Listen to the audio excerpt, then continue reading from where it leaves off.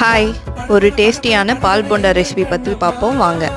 ஒரு வெசலில் ஒரு டம்ளர் உளுத்தம்பருப்பு போட்டு தேவையான அளவு தண்ணி ஊற்றி ½ அன் ஹவர் நல்லா ஊற வைங்க.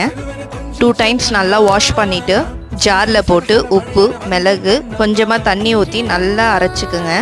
இதை பவுலில் ட்ரான்ஸ்ஃபர் பண்ணி லிட்டு போட்டு ஃப்ரிட்ஜில் ஒரு 5 மினிட்ஸ் வைங்க. இன்னொரு ஒரு பாத்திரத்தில் பால் ஊற்றி நல்லா காய்ச்சுங்க.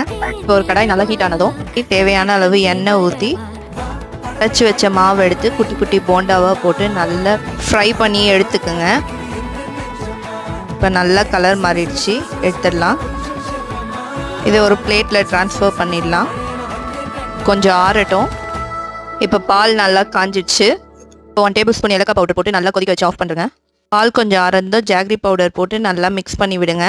ஃபைனலாக போண்டாவை ஆட் பண்ணி ஒரு லிட்டு போட்டு க்ளோஸ் பண்ணி வைங்க. ½ அன் ஹவர் நல்லா ஊறுச்சுன்னா எம்மியான சாஃப்ட் அண்ட் டேஸ்டி பால் bonda is ready. Enjoy it.